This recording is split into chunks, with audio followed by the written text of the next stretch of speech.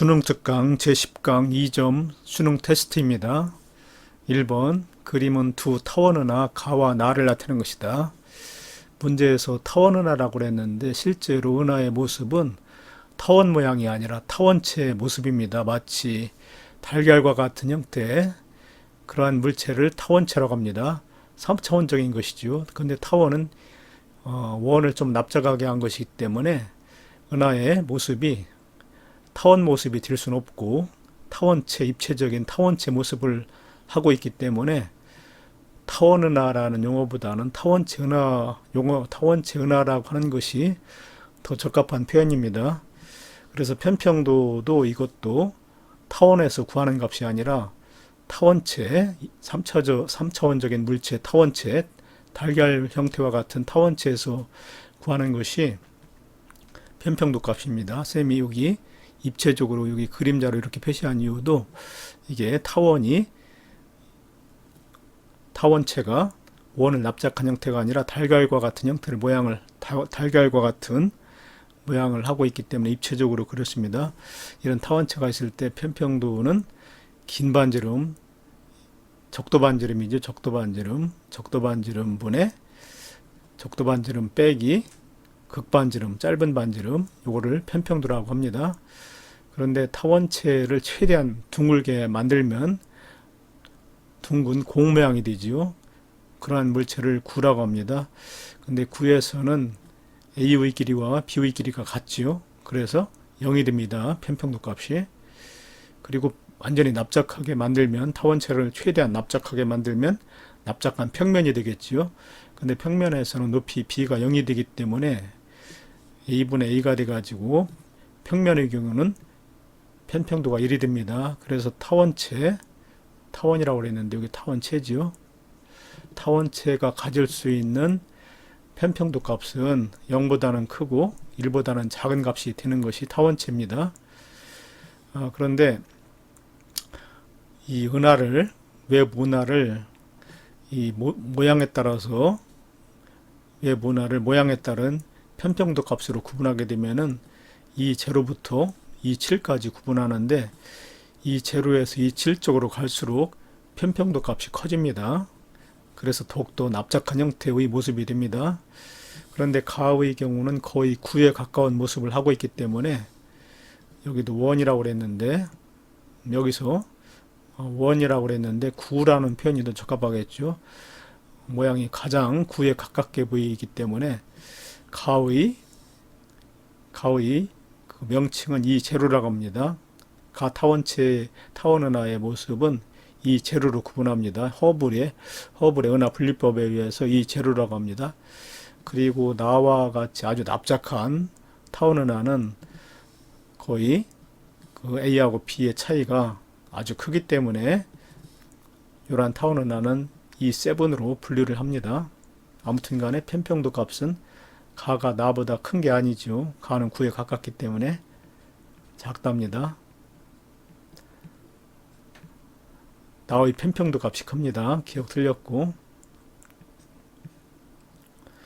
그 다음에 니은 가와 나는 주로 파란색 별들로 이루어져 있다 그랬는데 가하고 나 모두 타원은하죠. 근데 타원은하 속에는 주로 나이가 많은 붉은색 별들로 이루어져 있습니다.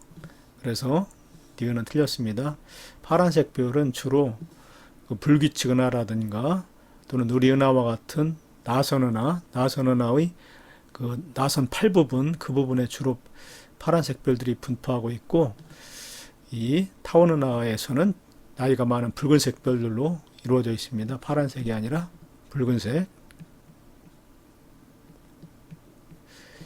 우리 나선 8은하의 중심부도 역시 붉은색 별들로 이루어진 것은 마찬가지인데 나선은하의 나선 8부분은 파란색 별들로 이루어져 있습니다. 그래서 니은도 틀렸고 가나에서 은하의 밝기는 중심부에서 바깥쪽으로 갈수록 감소한다. 맞지요? 이 타원은하의 중심부로 갈수록 많은 별들이 모여있기 때문에 더 밝기가 밝고 바깥쪽으로 나올수록 별들의 분포가 적어서 어둡게 보입니다. 그래서 디귿 중심부에서 바깥쪽으로 갈수록 대체로 감소한다. 디귿은 맞습니다. 2번 그림은 외부 은하를 특징에 따라 구분하는 과정을 나타내는 것이다. 여기서 특징이라는 건 모양을 가리킵니다. 이에 대한 설명 중 옳은 거 고르기. 자, 은하 중에는 타원 은하, 나선 은하, 불규칙 은하가 있는데 첫 번째 판단 기준, 새로운 별의 탄생이 비교적 활발한가? 별이 탄생을 하려면은 성간 물질이 많아야 되는데 이 그림에서와 같이 나선 은하에도 나선팔이 있는데 이 나선팔 부분에 성간 물질이 많습니다. 그리고 불규칙 은하에도 이 성간 물질이 많이 분포하기 때문에 새로운 별들이 탄생되고 있는데 타원 은하의 경우는 나선팔이 없기 때문에 성간 물질이 거의 없습니다. 주로 별들로만 구성되어 있기 때문에 새로운 별들은 거의 탄생되지 않고 있습니다. 나이가 많은 은하, 타원 은하 속에는 성간 물질이 없어서 새로운 별의 탄생이 활발하지 않습니다. 그래서 여기 가는 타원 은하입니다. 그 다음에 두 번째 판단 기준이 은하 원반이 존재하는가가 판단 기준인데 여기서 은하 원반은 뭐냐면은 이 그림에서 같이 렌즈 모양, 옆에서 봤을 때 중심부가 볼록한 렌즈 모양을 은하 원반이라고 합니다. 이 은하 원반을 가지고 있는 은하를 렌즈형 은하라고 하는데 두 종류가 있습니다. 중심부에 막대 모양의 중심부가 없는 정상 나선 은하하고 중심부에 막대 모양을 하고 있는 막대 나선 은하가 있습니다. 그래서 은하 원반이 존재하는가에는 나선 은하, 정상 나선 은하와 막대 나선 은하가 여기 해당되고 은반 원하가 없는 은하는 이 불규칙 은하입니다. 불규칙 은하는 일정한 모양을 갖추고 있지 않기 때문에 은하 원반의 모습을 찾아보기 어렵습니다. 그래서 가는 성간 물질이 풍부하다. 타원 은하 속에는 성간 물질이 거의 없어서 새로운 별들이 탄생하지 않는다고 그랬지요.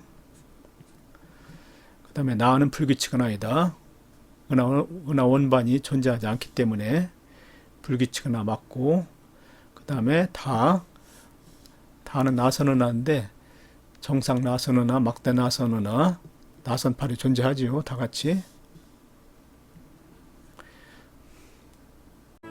3번 그린 가원하는 서로 다른 두 은하의 가시광선. 가시광선은 우리가 눈으로 볼 수 있는 파장 영역이기 때문에 사진으로 찍었을 때 우리가 눈으로 보는 모습과 똑같은 모습의 사진이라고 생각하면 됩니다. 가시광선 영상을 나타내는 것이다. 옳은 설명 고르기. 가그림을 보면은 나선팔이 있지요. 이렇게. 그리고 중심부 핵을 가로지르는 막대 모양의 핵이 보입니다. 이러한 나선 은하를 막대 나선 은하라고 합니다. 막대 나선 은하. 우리 은하도 여기에 해당됩니다. 막대 나선 은하. 그리고 나의 은하는 모양이 규칙적이지 않고 일정한 모양을 하고 있지 않은 불규칙 은하입니다.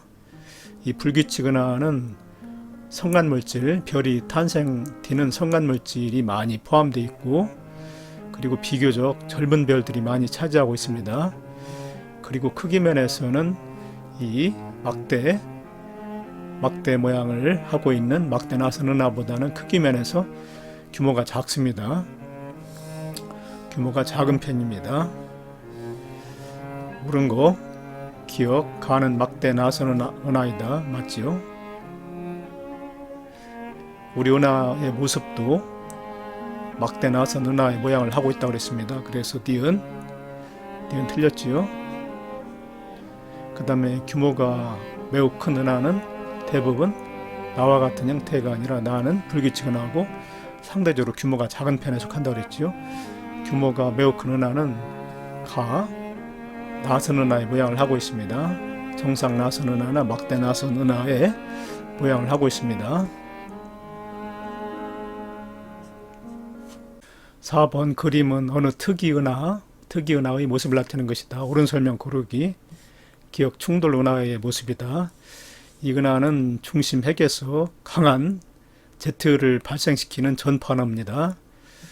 이 은하 핵 주위에 이렇게 퍼져 보이는 구름처럼 이렇게 퍼져 보이는 모습이 나타나는데 이거는 고속으로 방출되는 이온화된 입자가 강한 흐름으로 퍼져나가는 그런 모습입니다. 그래서 이거는 전파 은하의 모습입니다. 전파 은하.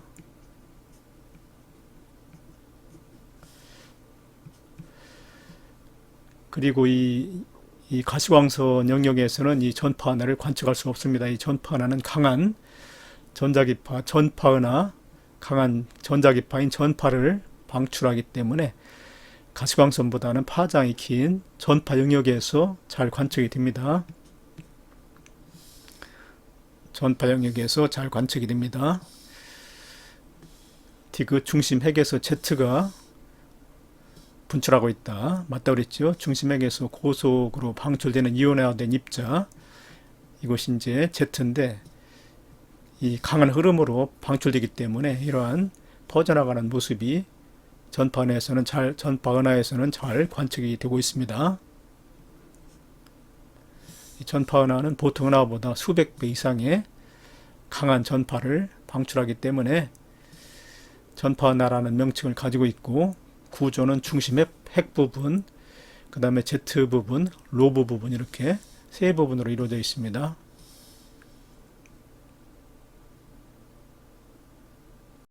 (5번) 표는 비교적 밝게 보이는 퀘이사. 이 퀘이사는 이 그림과 같은 은하인데 처음 발견할 당시에는 너무나 거리가 멀어가지고 하나의 별처럼 보였습니다. 그래서 항성과 별과 비슷하다는 의미를 가진 준항성체라고 불렸습니다. 처음에는.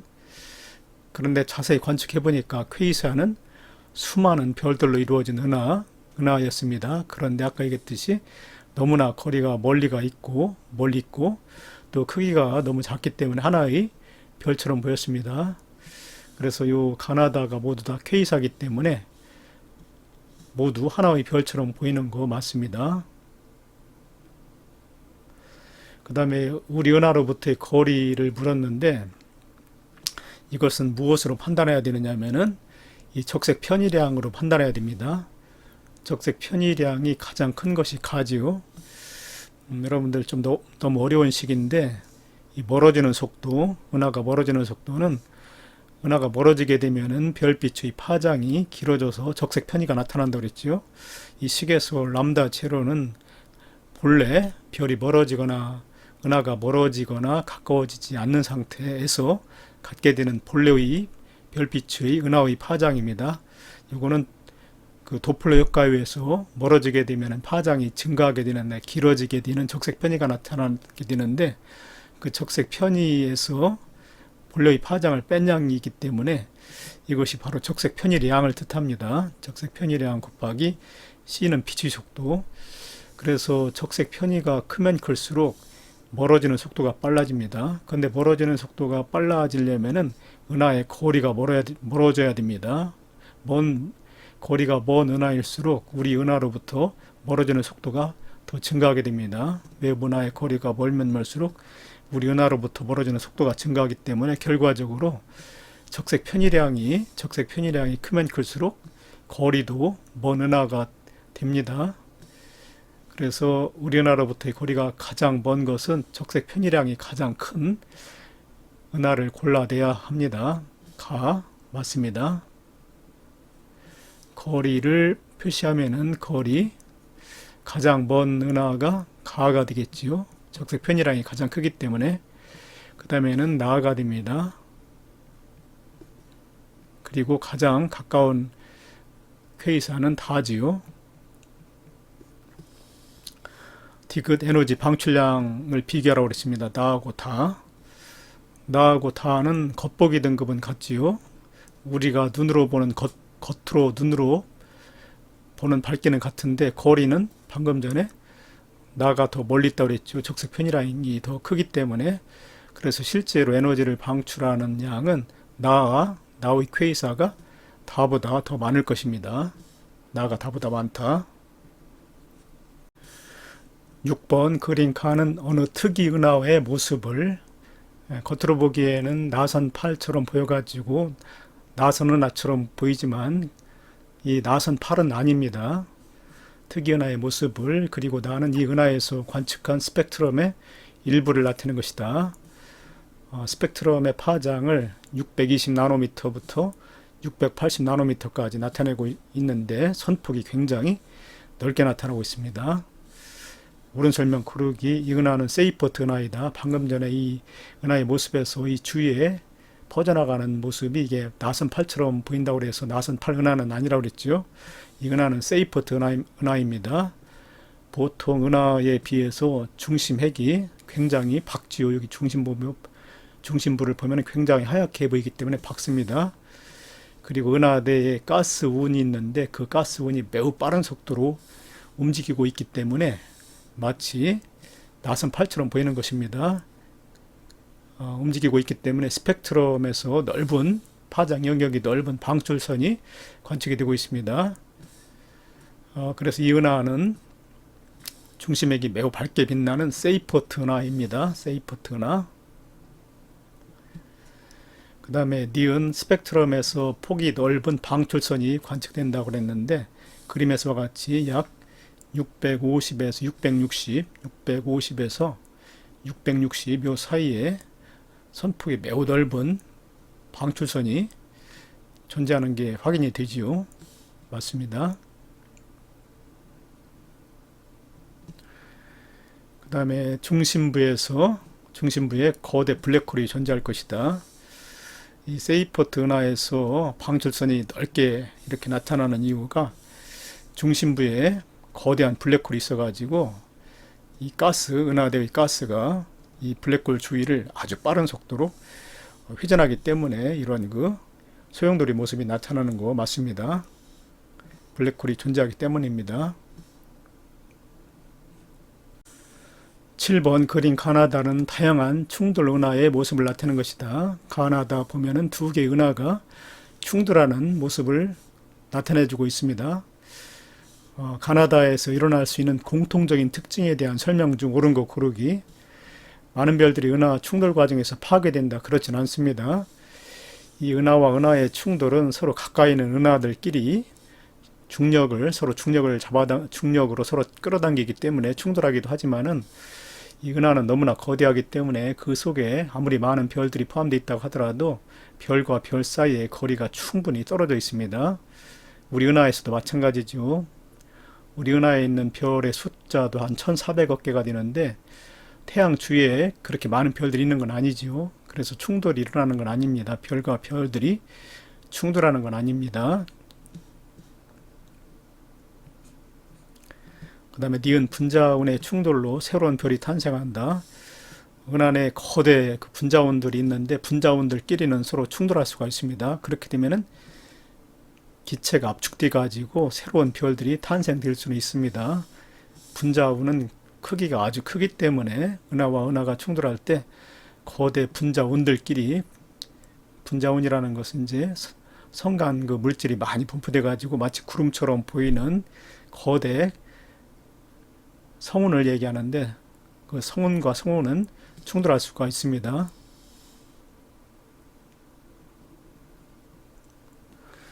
그 다음에 디귿 충돌을 거친 후 특이은하로 진화한다. 그건 아니지요. 은하와 은하가 충돌하면은 형태가 바뀌겠지요. 그리고 큰 은하를 중심으로 하나로 합쳐지기도 하겠지만은 조금 전에 우리가 배웠던 전파 은하라든가 퀘이사 또는 세이퍼트 은하로 전혀 다른 은하로 진화를 하는 건 아닙니다.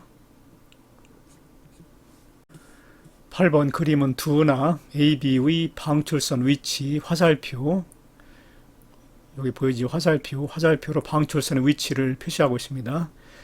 그런데 방출선은 막대한 에너지를 가지고 있기 때문에 그 부분의 파장 영역에서는 에너지 그래프가 이렇게 다른 것보다 높이 이렇게 나타나게 됩니다. 그래서 방출선의 위치, 방출선에 해당되는 파장을 우리가 구할 수가 있습니다. 그리고 정지 상태의 방출선은 점선으로 표시하고 있습니다. 근데 은하 A에서도 이 방출선의 본래 정지할 때의 파장보다 파장이 긴 쪽으로 방출선의 위치가 나타나고 있죠. 이러한 것을 파장이 긴 쪽으로 이동하는 것을 적색 편이라고 했습니다. 방출선의 위치가 정지 상태보다 파장이 긴 쪽으로 이동을 했기 때문에 이거를 적색 편이라고 합니다.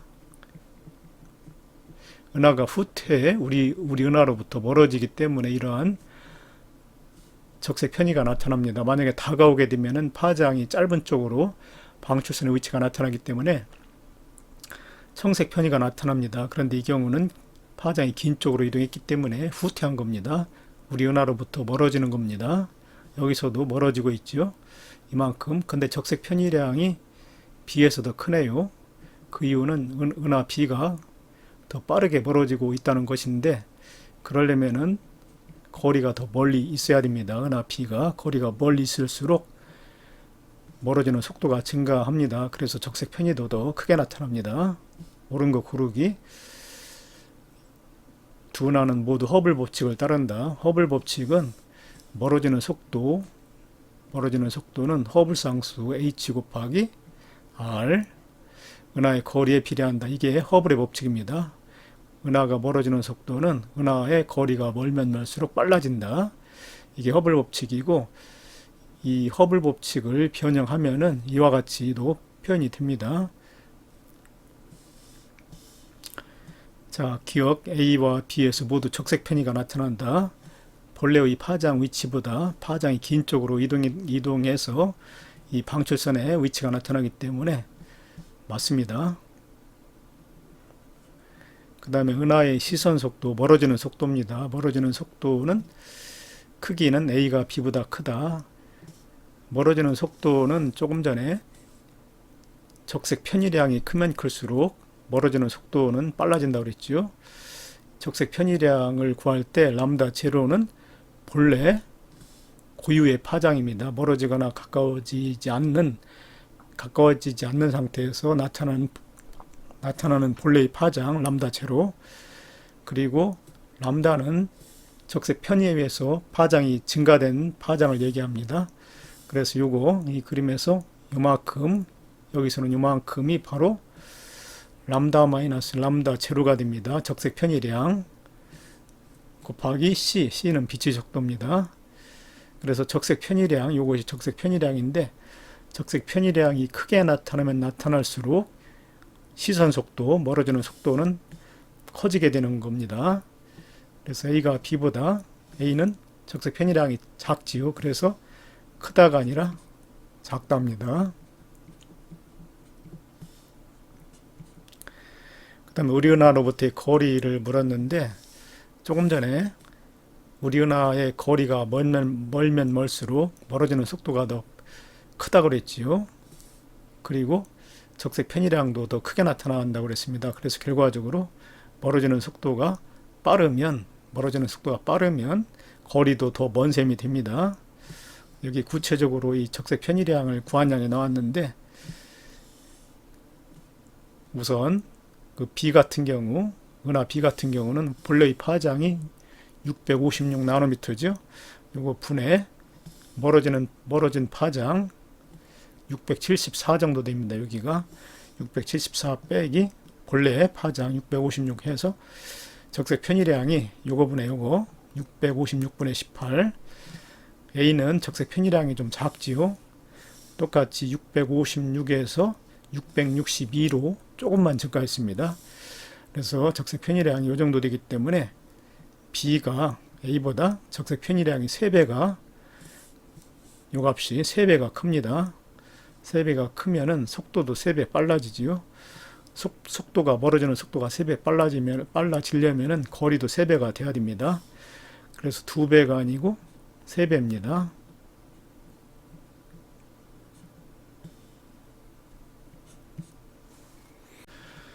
(9번) 표는 외부 은하 ABC의 거리 단위가 메가퍼섹입니다. 거리와 적색 편의를 나타내는 것이다. 은하 ABC에 대한 설명 중 옳은 거 고르기. 단 ABC는 모두 허블 법칙을 따른다라고 그랬는데, 허블 법칙은 외부 은하가 멀어지는 속도를 V라고 그랬을 때, 멀어지는 속도 V는 은하의 거리, 여기서 R은 거리입니다. R은 거리고 H는 허블 상수인데 거리에 비례한다는 법칙입니다. 거리가 멀어지면 멀어질수록, 외부 은하의 거리가 멀어지면 멀어질수록 그 은하의 후퇴 속도는 커진다는 법칙. 이게 허블 법칙입니다. 기억 지구로부터의 거리는 B가 가장 가깝다라고 되어 있는데 B에 지금 거리가 안 나왔죠. 거리. 그런데 은하가 멀어지게 되면은 파장이 길어져 가지고 도플러 효과에 의해서 적색 편의가 나타난다고 그랬지요.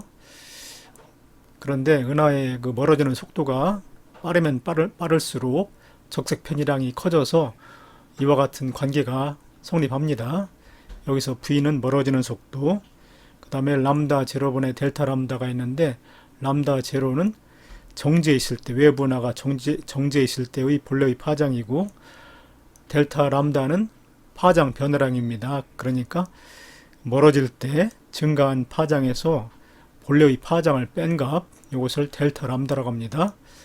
적색 편의량이지요. 그래서 여기서 V는 적색 편의량에 비례합니다. 그리고 또 V는 허블 법칙에 의해서 거리에 비례한다 그랬죠. 그래서 결과적으로 은하의 외부 은하의 거리가 멀어지면 멀어질수록 후퇴 속도가 증가하게 되고 후퇴 속도가 증가하면 적색 편의량이 커집니다. 그래서 적색 편의량은 결과적으로 거리에 비례한다고 할 수가 있지요. 외부 은하의 거리가 멀면 멀수록 적색 편의량이 커집니다. 비례관계입니다. 거리하고 적색 편의는 비례관계입니다. 그래서 비례 상수를 이용해서 식으로 나타낼 수가 있는데 적색 편의는 75는 거리 30에 비례하는데 곱하기 비례상수로 표현할 수가 있죠. 그래서 여기서 얼만큼씩 거리 얼만큼씩 비례하는가 그 상수를 구할 수가 있는데 비례상수는 30분의 75가 됩니다. 이거는 일정한 값을 갖기 때문에 어디에나 다 적용할 수가 있지요. 그래서 이 값을 B의 거리를 구하는데 적용할 수가 있습니다. B의 거리를 구하기 위해서는 B의 거리가 50이기 때문에 50은 비례상수 30분의 75 곱하기 B은하의 거리가 되어야 하죠. 그래서 여기서 B은하의 거리를 구할 수가 있는데 구하게 되면은 20메가퍼섹이 됩니다. 20메가퍼섹 이렇게 구할 수가 있습니다. 그리고 세 은하 중에서 지구로부터의 거리가 가장 가깝게 되죠. 20파섹이기 때문에. 그리고 이 비례상수를 이용하면은 C은하의 적색 편의도 구할 수가 있습니다. C은하의 적색 편의도 비례상수를 똑같이 대입을 해서 30분의 75 곱하기 여기 적색 편의는 곱하기 25, 거리 25니까 이게 역시 성립을 해야 되지요. 그래서 여기서 적색 편의 이것을 구할 수가 있는데 이것을 구하면은 62.5가 됩니다. 그래서 기억, 지구로부터의 거리는 B가 가장 가깝다, 맞고 적색 편의량도 다 구했는데 C 62.5가 75보다 크진 않지요. 작지요. 작다.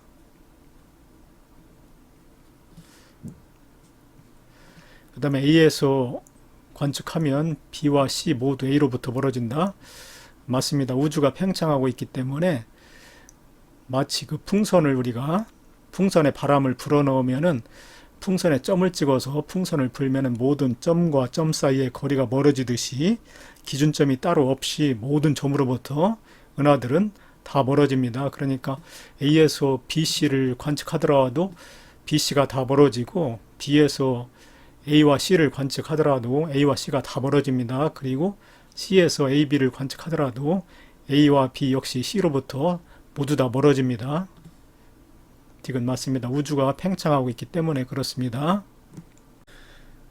10번 그린 가와나는 허블이 1929년과 1931년에 각각 발표한 외부 은하의 거리와 후퇴 속도와의 관계를 나타내는 것이다. 허블의 법칙, 외부 은하의 거리가 멀면 멀수록 후퇴하는 속도가 빨라진다고 그랬습니다. 그거를 관측을 해서 알아냈는데 1929년에 알아낸 자료는 거리가 비교적 가까운 외부 은하의 자료입니다. 거리가 1메가퍼섹이나 2메가퍼섹에 있는 은하들의 후퇴 속도는 역시 거리에 비례하긴 비례하는데 이론적으로 구한 추세선과 많이 벗어나 있지 오차가 크게 나타나고 있습니다. 그 이유는 뭐냐면은 거리가 가까울수록 후퇴 속도가 작아지지요. 후퇴 속도가 작아지면은 외부 은하 중에 그 가까운 은하들, 이 멀어지고 있는 은하와 주변에 있는 가까운 은하들의 중력에 영향을 받아서 실제 이론적인 값하고 많이 오차가 생기기 때문입니다. 예를 들어서 거리가 1메가퍼섹에 있는 외부 은하는 이론적으로 500km/s 멀어져야 되는데 500km/s의 속력으로 멀어져야 되는데 실제 관측을 한 값은 이보다 더 큰 속도로 멀어지고 있죠. 더 크게 나타나는 경우도 있고 작게 나타나는 경우도 있습니다. 이거는 이 은하 자체의 그 후퇴 속도가 그렇게 빠르지 않아 가지고 주변에 있는 외부 은하의 중력에 영향을 받아서 오차가 생기는 겁니다. 그리고 1931년에 얻은 자료는 비교적 거리가 먼 외부 은하들의 거리에 따른 후퇴 속도를 나타내고 있는데 거리가 멀면 멀수록 후퇴 속도가 빨라지기 때문에 그 주변에 있는 외부 은하들의 중력의 영향을 덜 받게 됩니다. 그래서 관측 값하고 이론적인 값하고 거의 오차가 없지요. 기억, 허블 상수 가보다 나에서 작다. 허블의 법칙 V는 HR에서 이 H가 바로 비례상수, 멀어지는 속도는 거리에 비례하는데 거리 얼만큼씩 비례하느냐 그 비례상수인데 이 비례상수 H는 R분의 V가 되죠. R분의 V. 그런데 이 R분의 V는 이 그래프의 기울기가 됩니다. R은 거리고 V는 후퇴 속도이기 때문에 가로분의 세로, 가로축분의 세로축. 그래서 요 H는 그래프의 기울기입니다. 근데 가하고 나에서 각각 기울기를 구해보면은 가에서는 약 500km/s/메가퍼섹이지만 나에서의 기울기는 이보다 큽니다. 이보다 큽니다. 그래서 가보다 나에서 작다가 아니라 크다지요. 그 다음에 우주의 나이를 물었습니다. 우주의 나이. 지구가 이렇게 있고 만약에 이 은하를 우주 끝에 있는 외부 은하라고 했을 때 우주의 나이는 이 외부 은하가 알거리만큼 멀어진 시간이 바로 우주의 나이라고 봐야 되겠죠. 왜 그러냐면 이 은하가 우주 끝에 있는 외부 은하이기 때문에 이 멀어지는 데 걸린 시간이 바로 우주의 나이입니다. 그런데 허블의 법칙에서 이 멀어지는 속도는 HR로 표현이 된다고 그랬지요. 그런데 멀어지는 시간은 거리를 멀어지는 속도 V로 나누면 되죠. 그래서 R을 V로 나눈 거 이게 바로 우주의 나이가 됩니다. R을 V로 나눈 거 이게 우주의 나이인데 이거는 허블상수 역수가 되죠. 왜냐하면 V는 HR이기 때문에 V분의 R은 H분의 1 허블상수 역수가 됩니다. 그래서 여기서